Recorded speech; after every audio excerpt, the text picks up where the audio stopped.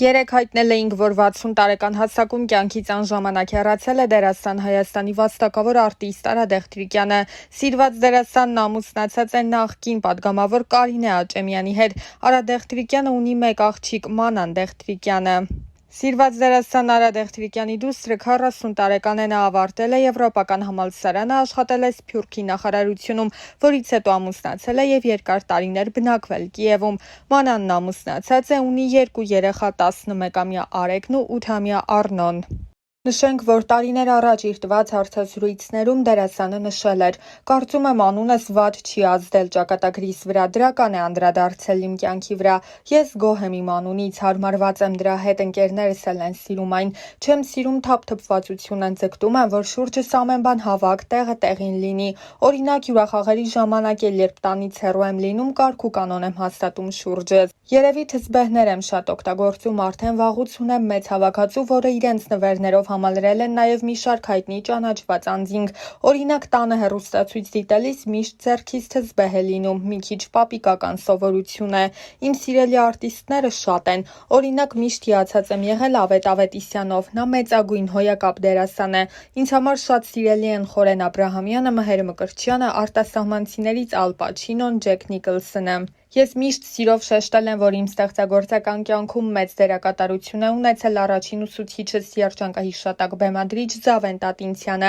Նրանից գիտելիքների եւ փորձի հսկայական պաշար եմ ստացել։ Կնոջս հետ հանդիպումը մեր դստեր ծնունդը իմ կյանքի ճակատագրական պահերից են։ Եթե մարդու ընտանիքը կայուն հիմքեր չի ունենում, դա ճակատագրական հարված է նրա համար։ Այդ առումով ես երջանիկ մարդ եմ, լավ ընտանիքը կյանքի մեծագույն պարգևն է։ Թերահավատ չեմ, մեկուսացում չեմ սիրում, նախընտրում եմ լինել ընկերական շրջապատում, շփվել հաճելի մարդկանց հետ, անհամբերել չեմ։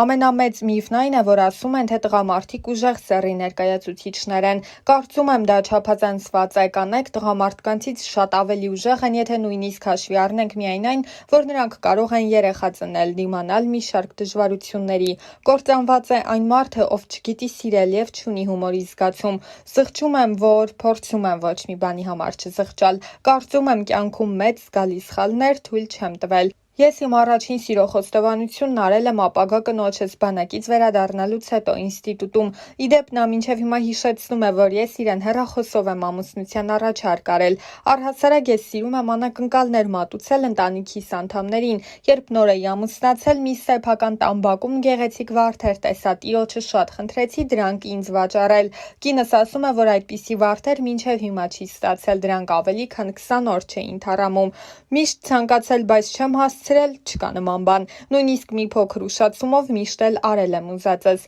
Իմ սիրելի նկարիչներն են Մոդիլյանին, Վան Գոգը, Մարտիրոս Սարյանը, Մինաս Ավետիսյանը։ Եթե կյանքից հետո կյանք կա, ապա ես ռեալ եմ նայում նման հարցերին, ապրում եմ այս պահով, բայց եթե նման բան կա, ապա կցանկանայի, որ այդ կյանքն էլ հետաքրքիր լիներ։ Գաղտնիք չէ, որ Արա Դեղթրիկյանի կինը Կարինե Աճեմյանը քաղաքական գործիչ է, դեռ տարիներ առաջ խոսելով այդ թեմայի մասին դերասանն ընդգծել էր. «Իմ կինը քաղաքական մեծ ճանապարհ է անցել, այնպես չէ, որ մյուս նորաթուխ պատգամավորների նման է։ Ես կարծում եմ այդ աշխատանքը գնահատվել է եւ նա իր արժանի տեղն է զբաղեցրել Հանրապետական կուսակցության համամասնական ցուցակում։ Երբ դեռ մի քանի տարի առաջ կինս որոշեց անդամագրվել ՀՀԿ-ին, մեզ մոտ ոչ մի խնդիր չառաջացավ։ Ես ինքս անկուսակցական եմ, քանի որ կարծում եմ դերասանը պետք է ազատ լինի, բայց սատարելու եմ իմ կնոջը»։ Առաջին լրատվականի այն հարցին, թե դժվար չէ արդյոք դերասան լինելով հանդերձ լինել նաև պատգամավորի ամուսին, նա պատասխանել էր. «Պատգամավորի ամուսին լինելը դժվար չէ։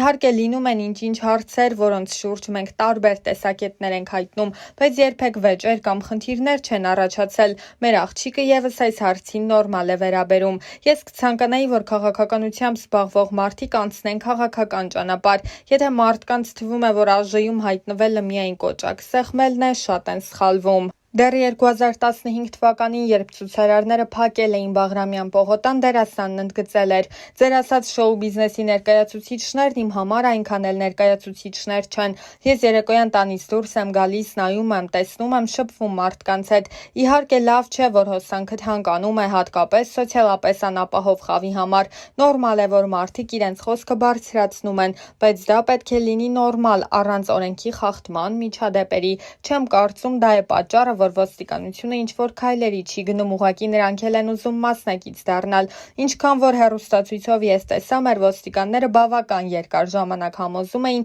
որ Բաղրամյան փողոցի այդ հատվածը բացեն եւ գնան իրենց ակցիան անեն Ազատության հրապարակում։ Նրանք չէին համաձայնվում։ Հետո նախագահականը հրավիրեց 4-5 հոգանոց պատվիրակություն, դա էլ չհամաձայնվեցին։ Հասկանում եք, այդ փողոցը երկար ժամանակ փակել, քաղաքը կտրել անցուդարձից սխալ է։ Հետո արդեն ոստիկանությունը դիմեց կտրուկ միջոցների։ Իհարկե ոչ մի բռնություն նորմալ չէ, ես նորմալ չեմ համարում։ Եթե մարդիկ են տուժում մարդկանց վրա, ուժ են գործադրում, ոնց կարելի է նորմալ համարել, չգիտեմ ինչ ասեմ։ Լավ կլիներ ընդհանուր եզրակացության գային այնպես լիներ, որ ջրցան մեքենաները գործի չդնեին։ Մեր ոստիկանությունը որոշեց այլևս ուժ չկիրառել, համբերությամբ են լցվել, տեսնեն ինչ է լինելու։ Դա նորմալ չէ, երևի սպասում են ինչ-որ ելքի։ Ես ուրիշ ոչ մի բան չեմ կարող ավելացնել։ Կարևորը, որ հավաքվածները խուժան մասսան չէ, կիրթ երիտասարդներ են, թափթփուկներ չեն, մարդիկ են, ովքեր իրենց բողոքի ձայնն են բարձրացրել։ Իմ առաջին հիշողությունների հերոսները ծնողներս են։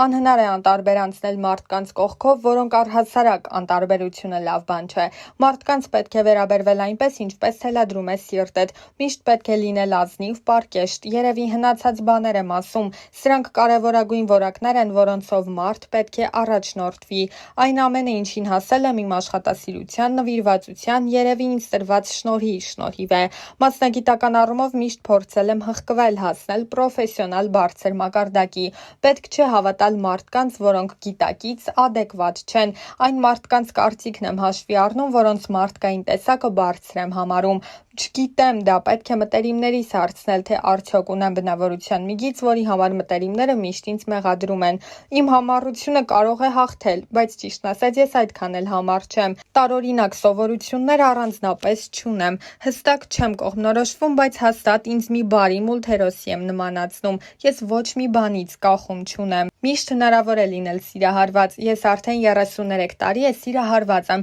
Ապրում եմ իմ սիրելի կնոջ հետ։ Սերը միշտ մնում է, պարզապես տարիների ընթացքում վերածվում է խորը մի աշխարհի, որտեղ այր ու կին նայում են միևնույն ուղղությամբ, իսկ թրթիռներն իհարկե մնում են, հասնում անբացատրելի մի ստադիայի։ Աշխարհի ամենալավ տեղը իմ տունն է։ Դա այն տեղն է, որտեղ ինձ զգում եմ հանգիստ, հասկացված եւ կարոտում եմ, ուր էլ որ լինեմ։ Իսկ ընդհանրապես աշխարհում շատ գեղեցիկ վայրեր կան, որտեղ կուզեի էլի ու էլի լինել։ Շատ եմ սիրում հատկապես ծովափնյա գեղեցիկ քաղաքներ։ Ինձ միշտ ոգեշնչել են այն մարդկանց պատմությունները, ովքեր խելացի են, խորաթափանց, որոնց կյանքը անցել է շատ հետաքրքիր։ Ինձ վախեցնում են տգետ մարդիկ, տգիտությունը մարդկային արատներից ամենասարսափելին է։ Կյանքն անտանելի կլիներ առանց սիրո, ընտանիքի։ Իմ կյանքի ամեն ժամանակահատված իր դժվարություններն ունի։ Համենայն դեպս այդ փուլերը կարծես թե հաղթահարել եմ եւ դրանցից դուրս եմ եկել պատվով։ Միշտ նախընտրում եմ շփվել հասկացող մարդկանց հետ, այն մարդկանց հետ, ովքեր աշխարհայացքով նման են ինձ։